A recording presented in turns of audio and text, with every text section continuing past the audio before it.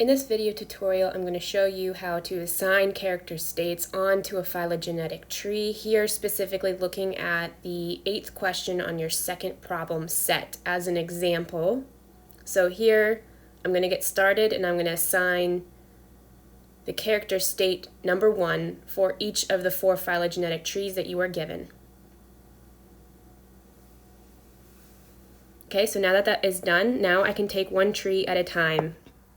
I will start with the first tree, and to start off, I'm going to assume that the ancestral trait is T, meaning that the most recent common ancestor for all A, B, C, D, E, and F had the character state of T, and at some point in the evolutionary history here, A was derived.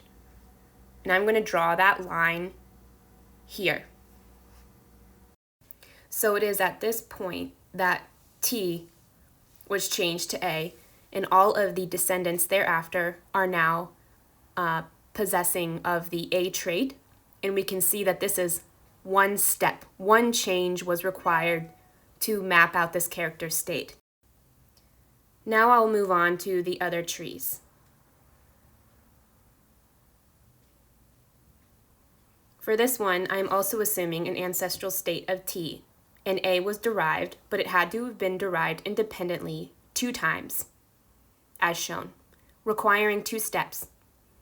There are alternative ways you can map out this, as I'll show here in a different color of red, assuming first an ancestral state of A.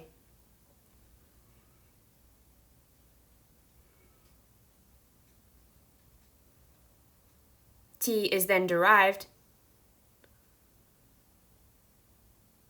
so that A, B, and C all would have a character state of T, but then at some point, D would have lost the character state of T and acquired A again, independently. This would also be 2 steps. So it is equally parsimonious with the mapping of the character state in orange, and therefore equally optimal or preferred. There are other ways you can draw it that would be more than 2 steps. Here I will show you one that takes 3 steps. Ignore my mistake.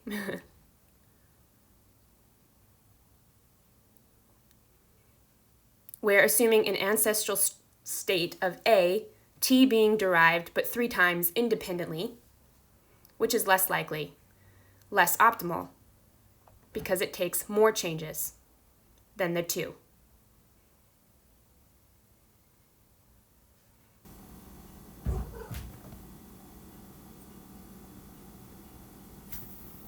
Now on to the next tree.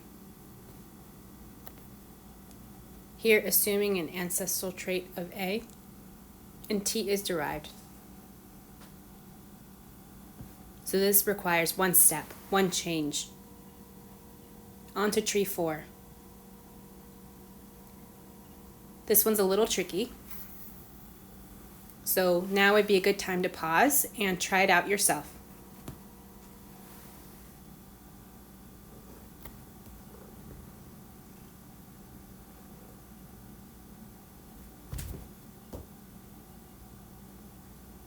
Here, assuming an ancestral trait of T and A is derived,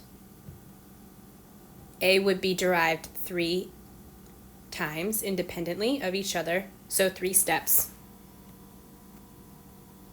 Alternatively, you can imagine that the opposite could occur, that A is the ancestral trait and that T is derived.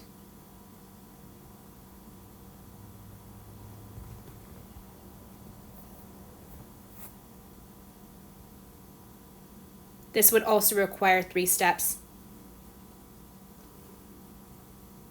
Either way, taking 3 steps, you could draw it either way. In the end, in the chart that we have in the matrix that we give you, you would record 1 step for the first tree, 2 steps for the second tree, 1 step for the third tree, and 3 steps for the 4th tree.